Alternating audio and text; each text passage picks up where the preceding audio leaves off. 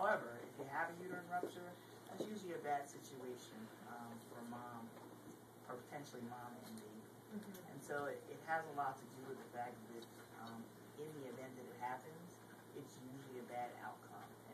And what comes with bad outcomes is lawsuits. And what comes with lawsuits is millions of dollars. And so it's the cascade of that experience. You only have to experience it once.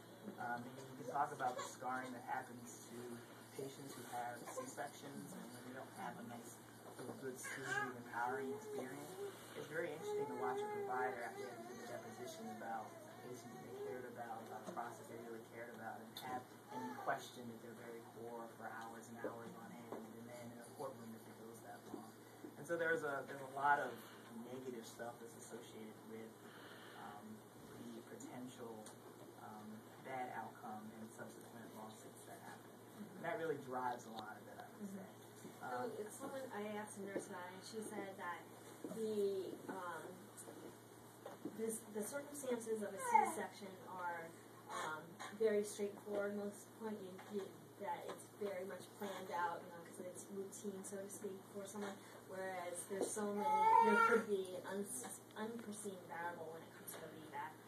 In other words, meaning a uterine rupture. I mean, that's true, although I would say that all labor has the potential to have an unforeseen outcome. We've had situations where babies look fine and suddenly their heart rate dropped to 60s and stayed there, and you did an emergency C-section, got the baby out in 2 minutes, and that baby is fine today. And so there are always those potentials in every aspect of what we do. And there's that scenario where that baby is not fine today. That's right.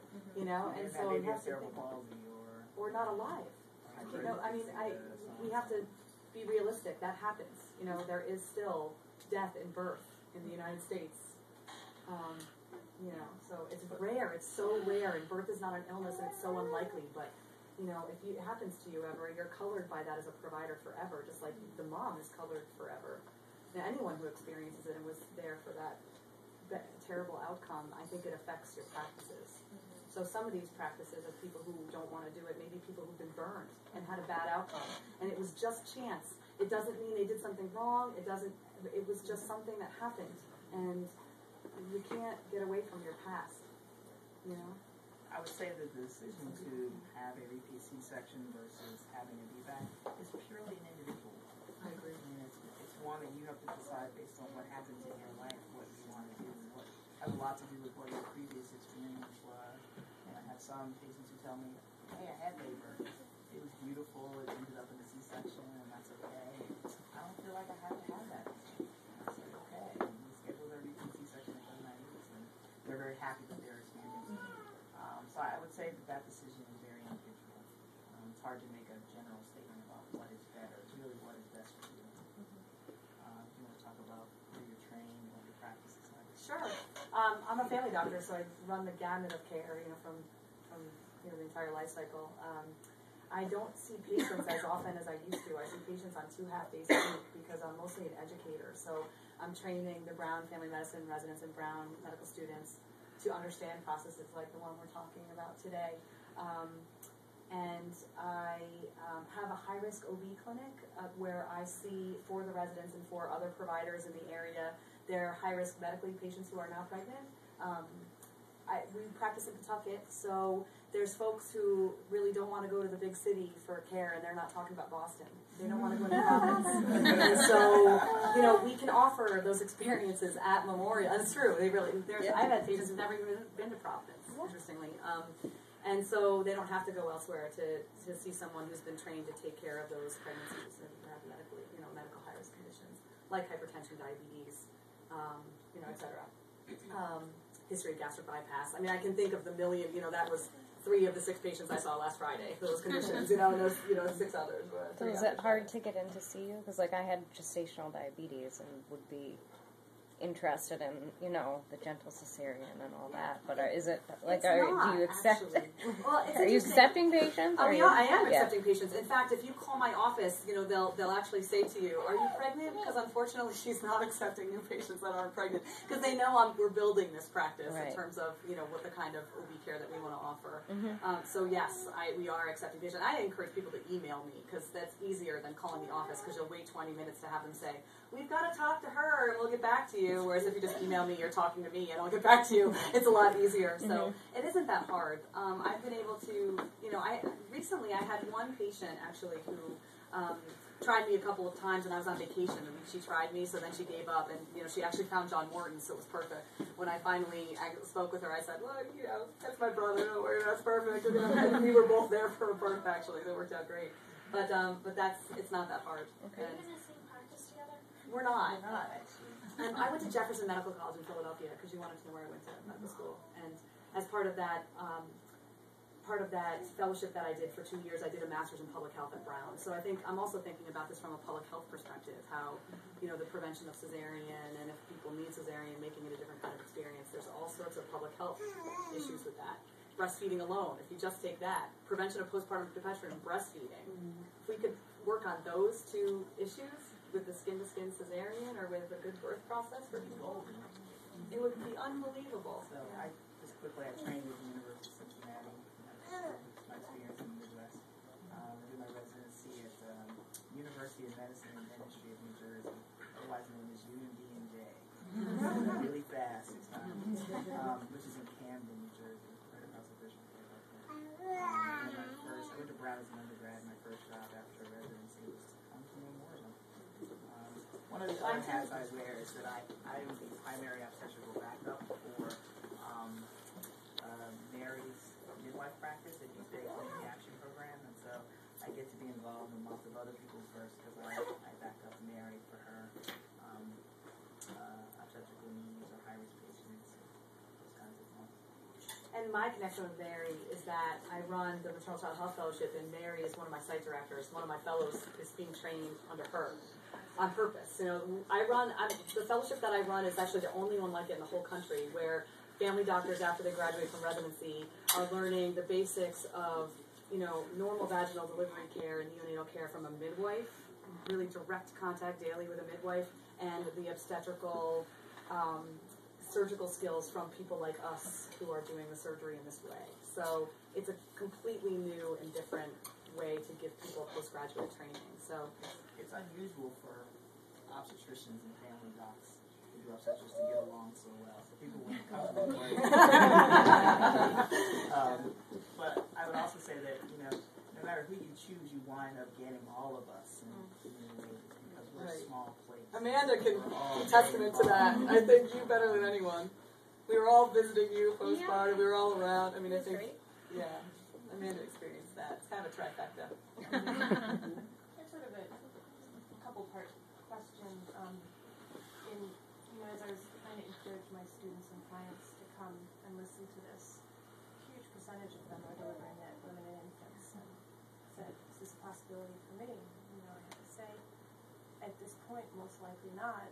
But if you start talking to your practitioners, asking questions, sharing your desires, that's a potential to at least create interest. Sue, you mentioned letters. I'm curious about other ways you think that this could start to come to the ears of practitioners when they start thinking about it, and also whether in a really direct way, not just from the patient end or those of us who work in the birth field but not in medicine, but ways of actually setting up your meeting doctor with doctor.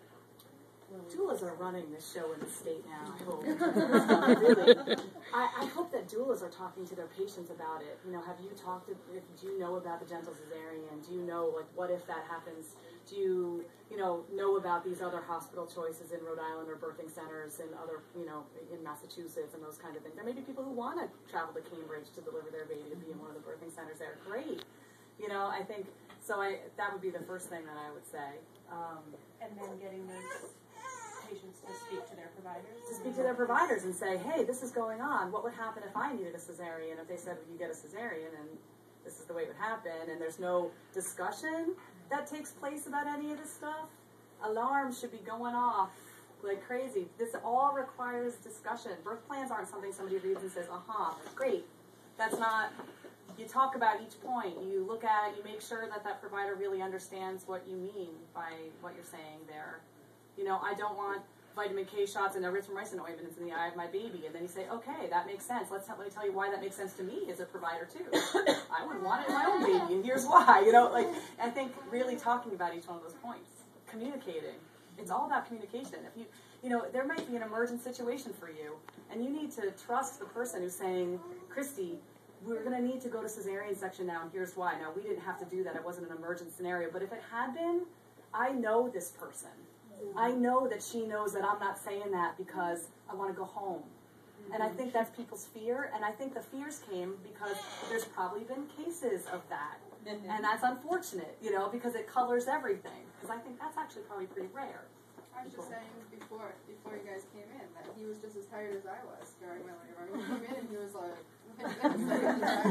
since he had like no sleep, he was there the entire time. As soon as I arrived at the hospital, he was there. He would just go and take a nap here and there and come back and check on me. So, and then she arrived and made it through her vacation. So she arrived. Which I knew, it was my first day of that weekend away that you were in labor. When I came back and you were still in labor, I was like, wow. I mean, he was texting me, but I thought the last text I received was 12 hours before I got back. I thought for sure she was delivered. But it was great because John was exhausted and I got to take over and help you come to decisions and your exhaustion, and we trusted each other, and it's about trust. It's a relationship. It's not a, you know, it's nothing else but a relationship. It needs to be a relationship. Can I speak to that? Questions over here too. Women and infants with the, I know that it's not the whole picture where everybody in the room is on board with this, and you know, where it's really a deliberate thing that's happening with the whole environment. But just the skin-to-skin piece has happened. It's certainly not the norm. It's just a handful, I think, probably of cases at this point, and it's been where the labor and delivery nurse, who then becomes the baby nurse when it's moves to a C-section, has specifically kind of made this happen and gotten beyond any resistance that might have been there from the anesthesiologist, or maybe there was a particular anesthesiologist that was open to it. I don't think it's anything that you can reassure people they can realistically expect, no matter who's on or what's going on. Definitely not. And if they want to make sure, if that's extremely important, where they want to make sure that happens, should they need a C-section, it's not going to be something that anybody can guarantee. However, the more people ask for it, that's how things change. And even you've said that it's been mostly consumer driven. And if they do ask for it, it's not going to be like nobody's ever heard of it, because it has been done in a handful of cases.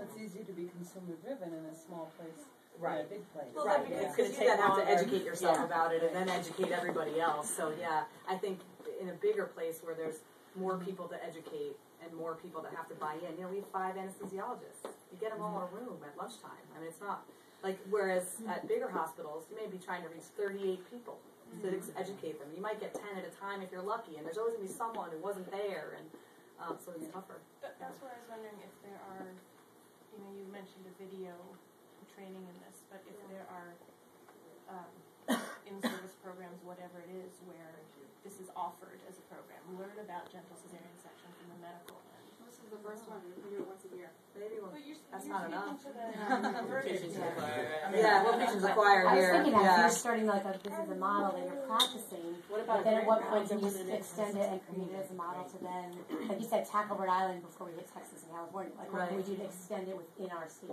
Right. You know, there are evolutions to these things. First, it becomes a practice, right? And then the practice becomes a policy. When it becomes a policy, it's a little bit more widespread, more institutionalized. And then institutions then can look at each other and say, hey, what's your policy on this? And so although there's that consumer-driven thing, that creates the question, and in that institution, or people at that institution want to know, okay, well, I heard it was done in Memorial. They will call. I mean, we call other labor and deliveries and say, what's your policy on, Cytotec use? And how many contractions do you allow in your policy? So there are a lot of details.